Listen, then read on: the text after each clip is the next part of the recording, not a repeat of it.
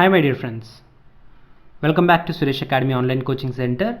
So మనము Indian polity series అనేది చెప్పుకుంటూ ఉన్నాము. సో మనకు extra day class making of the Indian constitution గురించి మనం కంప్లీట్ చేసుకున్నాము ఇన్ డీటెయిల్డ్గా. సో ఈరోజు క్లాస్లో కొంచెం ద కాన్స్టిట్యూషన్లో ఇంట్రడక్షన్లోకి వెళ్దాము. సో ద కాన్స్టిట్యూషన్లో schedules of the Indian constitution గురించి మనం డిస్కస్ చేసుకుందాము. సో ఇది మనకి క్లాస్ 3. సో మనకు చూసుకుంటే కాన్స్టిట్యూషన్ ఆఫ్ ఇండియా అనేది మనం ఒక బుక్ అని మనం ఎస్టర్డేనే చెప్పుకోవడం జరిగింది. సో ఈ యొక్క బుక్లో మనకి 22 పార్ట్స్, 395 ఆర్టికల్స్ అండ్ 12 స్కెడ్యూల్స్ అనేవి ఉన్నాయి. సో ఈ 22 పార్ట్స్, 395 ఆర్టికల్స్, స్కెడ్యూల్స్ ఇవి ఎగ్జామ్ పాయింట్ ఆఫ్ వ్యూలో మనకి చాలా ఇంపార్టెంట్. సో వీటిల్లో నుంచే మనకి ఎగ్జామ్లో క్వశ్చన్స్ అనేవి రావడం జరుగుతుంది. సో ఈ 12 పార్ట్స్లో మనకి ఫండమెంటల్ రైట్స్ కానీ, డ్యూటీస్ కానీ, so directive principles of state policies కానీ, సో ప్రెసిడెంట్ కానీ, వైస్ ప్రెసిడెంట్, సో మొత్తం ఎంటైర్ పాలిటీ అనేది ఇందులో మనకి ఇంక్లూడ్ అయి ఉంటుంది. సో మనం బేసికల్గా చదవాల్సింది ఈ parts, articles and schedules. So మనం ఫస్ట్ స్కెడ్యూల్స్ గురించి ఈరోజు మనం నేర్చుకుందాము. సో ఈ స్కెడ్యూల్స్లో మనకి ఏముంటాయి అంటే డీటెయిల్స్ ఉండడం జరుగుతుంది.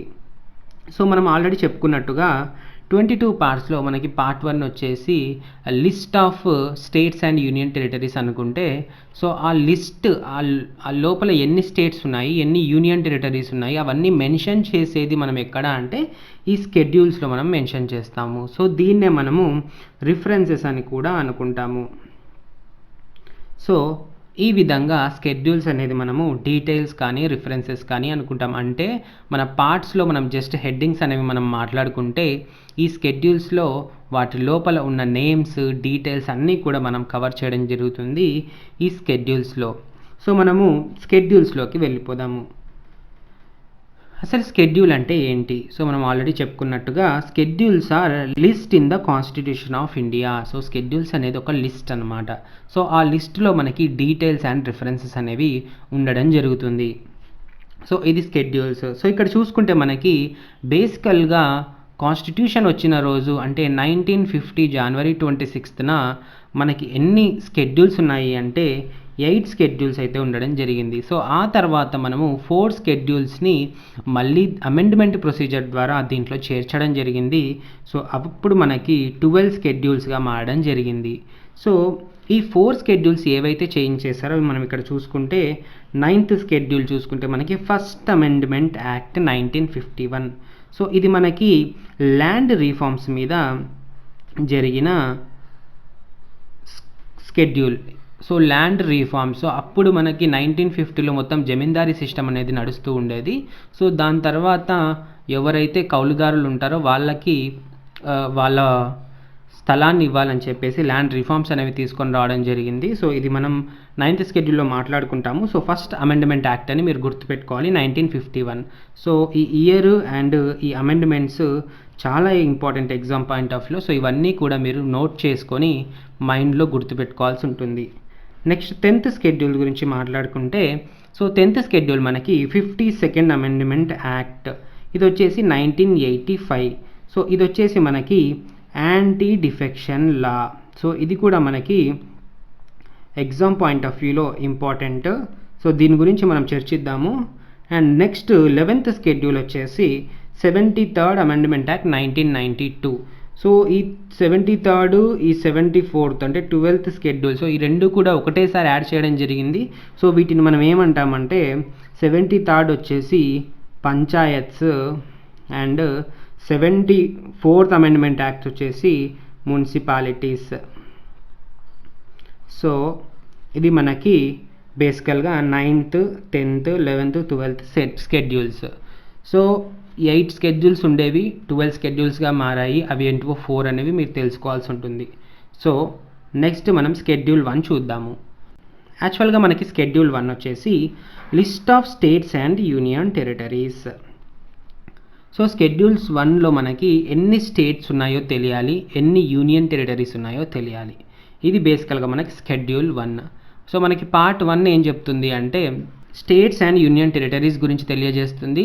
సో ఎన్ని స్టేట్స్ ఉన్నాయి, ఎన్ని యూనియన్ టెరిటరీస్ ఉన్నాయి అనేది ఈ స్కెడ్యూల్ 1లో మనకు తెలుస్తుంది. సో మనం ఇప్పుడు చూసుకుంటే సో ఈ list of states and union territories గురించి మనం తెలుసుకోవాలి అంటే మనం కొంచెం హిస్టరీలోకి వెళ్ళాల్సి ఉంటుంది. సో ఈ హిస్టరీలో మనం చూసుకుంటే 2014 నుంచి మనకి కొన్ని వాల్యూస్ అనేవి చేంజ్ అవుతూ వచ్చాయి. అంటే స్టేట్స్ అనేవి ఆల్టర్ అవుతూ వచ్చాయి. సో ఇక్కడ మనము చూసుకుంటే 2014 మనకి 2014లో సో తెలంగాణ అనేది కొత్తగా రావడం జరిగింది. సో ఇక్కడ మనకి చూసుకుంటే 2014 మనకి తెలంగాణ అనేది వచ్చింది. సో అప్పటికి మనకి ఎన్ని స్టేట్స్ అనేవి ఉండేవి అంటే 28 స్టేట్స్ అనేవి ఉండేవి. సో ఈ 28 స్టేట్స్లో తెలంగాణ యాడ్ అయిన తర్వాత మనకి టోటల్ 29 స్టేట్స్గా ఫామ్ అయ్యాయి. అండ్ 29 స్టేట్స్ అండ్ మనకి 7 యూనియన్ టెరిటరీస్ ఉండేవి 2014లో. సో యూనియన్ టెరిటరీస్ అంటే మనకి కేంద్ర పరిపాలిత ప్రాంతాలు, అంటే కేంద్రం చేత పరిపాలించబడే ప్రాంతాలు ఏవైతే ఉంటాయో సో వాటిని కేంద్ర పరిపాలిత ప్రాంతాలు అంటాం. సో వాటిని ఇంగ్లీష్లో యూనియన్ టెరిటరీస్ అంటాం. సో మన ఇండియాలో 2014 నాటికి తెలంగాణ యాడ్ అయిన తర్వాత మనకి 29 స్టేట్స్ అండ్ 7 యూనియన్ టెరిటరీస్ ఉండేవి. సో ఈ వాల్యూ అనేది గుర్తుపెట్టుకోండి, ఇది 2014లో. సో ఆఫ్టర్ మనకి 2019లో మనకి ఏం జరిగిందంటే ఆర్టికల్ 370 అనేది ఏదైతే ఉందో ఆర్టికల్ 370ని మనం బ్యాన్ చేయడం జరిగింది. సో ఇది వచ్చేసి provisions related to the Jammu and Kashmir అనమాట. సో జమ్మూ అండ్ కాశ్మీర్కి సంబంధించి ప్రొవిజన్స్ అనేవి మనం తీసేయడం జరిగింది. సో తీసేసి మనం జమ్మూ అండ్ కాశ్మీర్ అనేది ఒక స్టేట్గా ఉండేది. సో దీన్ని మనం ఏం చేసాము అంటే 2 యూనియన్ టెరిటరీస్గా మార్చడం జరిగింది. సో జమ్మూ అండ్ కాశ్మీర్ అనే ఒక స్టేట్ తీసేసి 2 యూనియన్ టెరిటరీస్, ఒకటి వచ్చేసి జమ్మూ, ఇంకొకటి వచ్చేసి లదాఖ్. సో ఇవి మనము చేరడం జరిగింది. సో ఈ 2 చేర్చిన తర్వాత సో ఇప్పుడు మనకి ఏమైతే 29 స్టేట్ల నుంచి ఒక స్టేట్ వెళ్ళిపోయిందంటే 28 స్టేట్స్ అయ్యాయి 2019లో. అగైన్ మనకి 7 యూనియన్ టెరిటరీస్ కాస్త 2 యూనియన్ టెరిటరీస్ అనేవి యాడ్ అయిన తర్వాత సో మనకి 9 యూనియన్ టెరిటరీస్ అనేవి రావడం జరిగింది 2019లో. అండ్ అగైన్ మనకి రీసెంట్గా Daman and Diu and Dadra and Nagar Haveli ఇవి ఏవైతే 2 యూనియన్ టెరిటరీస్ ఇక్కడ ఉంటాయో సో ఈ 2 యూనియన్ టెరిటరీస్ని సింగిల్ యూనియన్ టెరిటరీగా మార్చడం జరిగింది రీసెంట్గా. సో ఈ Dadra and Nagar Haveli as well as Daman and Diu ఈ 2 కలిపి మనకి ఇప్పుడు ఒకటే యూనియన్ టెరిటరీ. సో ఇక్కడ చూసుకుంటే